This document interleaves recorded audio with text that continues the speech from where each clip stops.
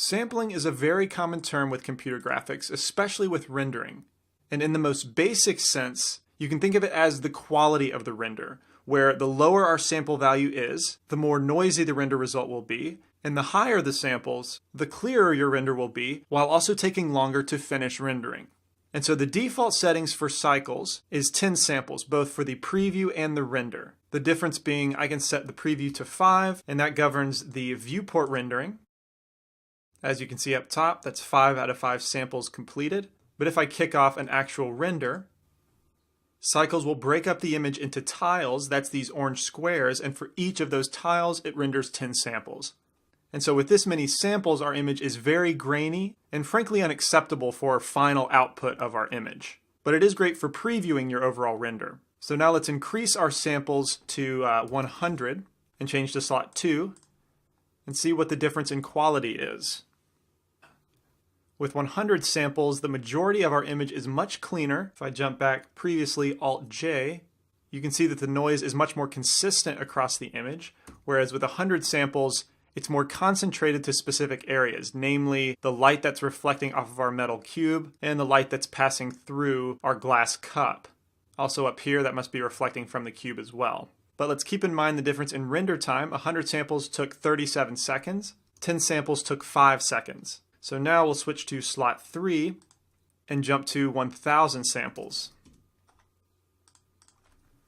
Here we are, 1000 samples, took 5.5 minutes. Quite a big difference from 37 seconds for 100 samples and 5 seconds for 10, but the quality is also much higher. But even still, 1000 samples is not enough to get rid of all the noise. But at 5.5 minutes, our render times are starting to creep up. And from here, 2000 samples is going to take about 11 minutes and keep going up and up until it's impractical. And so if you think of samples as an overall quality value, and you don't mind waiting on long render times, then simply continuing to bump this value up and up is going to give you the most physically correct, noise-free render result. But most artists are not that patient, nor are production schedules. So the game of rendering becomes striking a balance between render quality and speed. And we have a couple optimization tools over to the left, but at the top we have a seed value. That's not really an optimization as much as it simply randomizes the noise pattern. So if we go back down to 10 samples, and let's see, the first render here was 10 samples, so we'll go to slot number 2 and render 10 samples with the seed value at 1 instead of 0.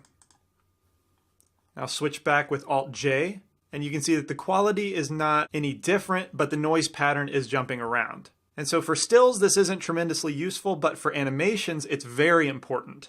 Because with animation, the balance between quality and speed is crucial. And so most likely your rendering quality will still have a little bit of noise in it. However, the goal is that it's barely noticeable. But throughout a rendered sequence, if this seed setting doesn't change, then you'll notice that your noise pattern kind of swims across your scene, which actually makes the noise more noticeable.